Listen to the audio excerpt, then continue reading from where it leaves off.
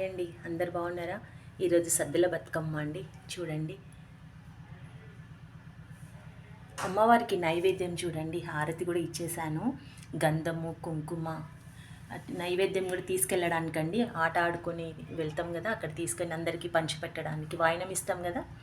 అమ్మవారికి చూడండి, పులిహోర, దద్దోజనం, మక్క ముద్దలండి, మక్క పౌడర్ చేసి, తర్వాత మలిద ముద్దలు, రొట్టెలు, బెల్లము, బియ్యపు రొట్టెలు చేసి బెల్లం వేసి నెయ్యి, ఇలాచి పౌడర్ వేసి, కుడక ముద్దలండి, నువ్వుల ముద్దలు, పల్లీల ముద్దలండి.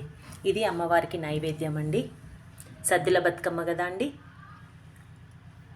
చూసారా, గౌరమ్మని కూడా చేశానండి. గౌరమ్మకు అన్ని నైవేద్యాలు కూడా పెట్టాను, వస్త్రం కూడా వేశాను. చూసారా, మీరు కూడా హారతి తీసుకోండి. Okay, thank you.